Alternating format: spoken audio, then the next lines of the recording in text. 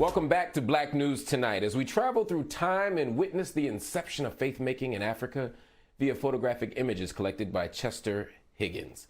His latest project, Sacred Nile, Where It All Began, presents the genesis of African spirituality, giving us a glimpse into the source and influence of so many faiths, while adding to his celebrated photo collections that have been featured in films, as well as notable newspapers, and magazines. Joining me now to talk about his latest project and more is famed photographer and author, the distinguished Chester Higgins. Sir, my brother, thank you so much. Welcome to the show. Talk to me about this latest project. We're all very excited about it. What's the inspiration behind it? First of all, I love the title, Sacred Nile, Where It All Began. What's the inspiration?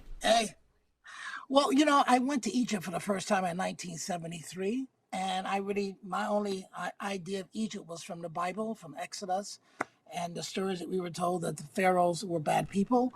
And I'm looking at the monuments of Egypt, and I'm looking at these statues and these paintings, and all of these brothers and sisters are in such regal atmosphere, and they all have full lips. They're not like the thin lips white people from the north. These are full lip African people. And the monuments they left behind are so impressive. You say, like, what? What is this part of history? How did this part of history not get told? Well, then I had to think about, well, who brought me to history?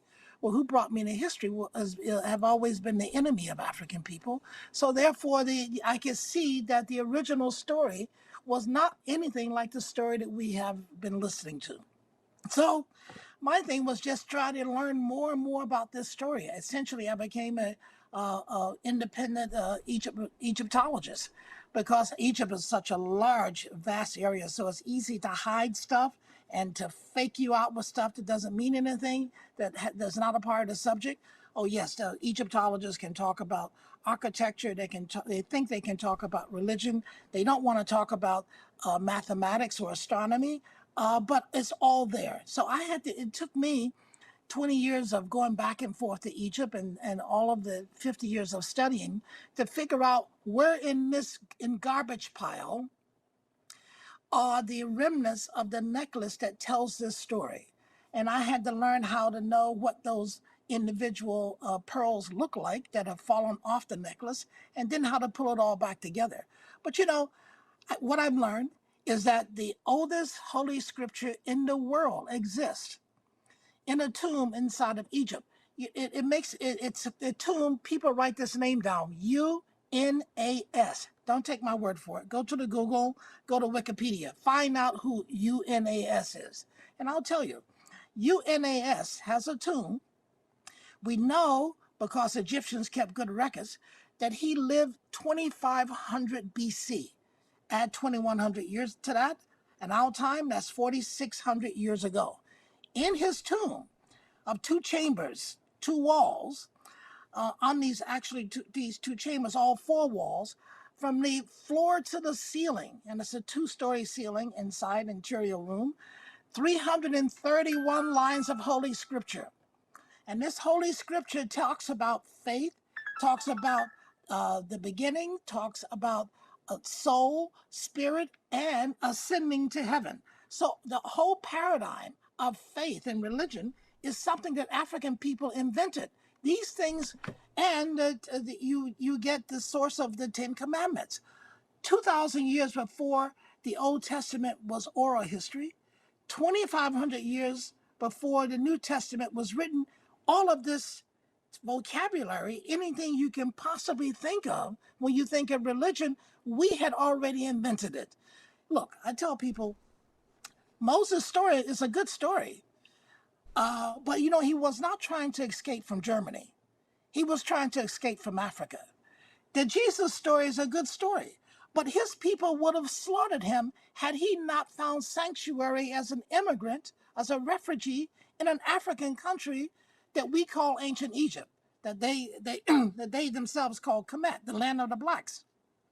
So all of the then he goes back after our people teach him the meaning of faith and religion, something to teach harmonious behavior to each other. He goes back to his people trying to teach this harmonious behavior, and that didn't end well. But that's not, but it happened time and time again. Well, our story in the hands of our enemies have not ended well. And our enemies have adopted these stories and tried to make their own religious books out of it. But you know, when Jesus existed, his disciples didn't have Irish names. They didn't have Greek names, but at least the Greek, when they wrote the Bible, they gave everybody Greek names, and then the Romans rewrote it, re-edited it, and they gave everybody Roman names. And then when the English re-edited it, they gave everybody English and Irish names. And then they did something else because they were trying to oppress our people and enslave us. They took the Bible and they changed politically certain parts. So you have a place like Ephesians 5th chapter 6th verse says, you know, oh, forgive your oppressor. Now, wait a minute. What is this? Anybody who gives you a book that says forgive your oppressor is probably written by the oppressor. So here, right, it makes you want to have to ask. It makes you got to ask some questions there. No, absolutely. I mean, what you've done in this masterful collection is, one, you've given us a different sense of the history and the faces of what ancient Egypt looks like. You've wrestled it away from the European, Eurocentric narratives, but you've also made it more complicated than some African-centered Egyptologists talk about the continent of Africa, and specifically Egyptian civilization. You've also given us an opportunity to think through what it means for our history, our myths, our narratives, our culture to be rooted in ways that haven't been told honestly. The pictures you show, the images you share, the narratives you give, man, it's amazing. That's why I'm glad you've been here answering all of my questions, because you just make it all more exciting when we actually get to check out the Sacred Nile, where it all began, which we will be checking out very, very soon. Chester, thank you so much for joining me. And again, everybody, it's called the Sacred Nile, where it all began. It's available for purchase right now at sacrednile.com.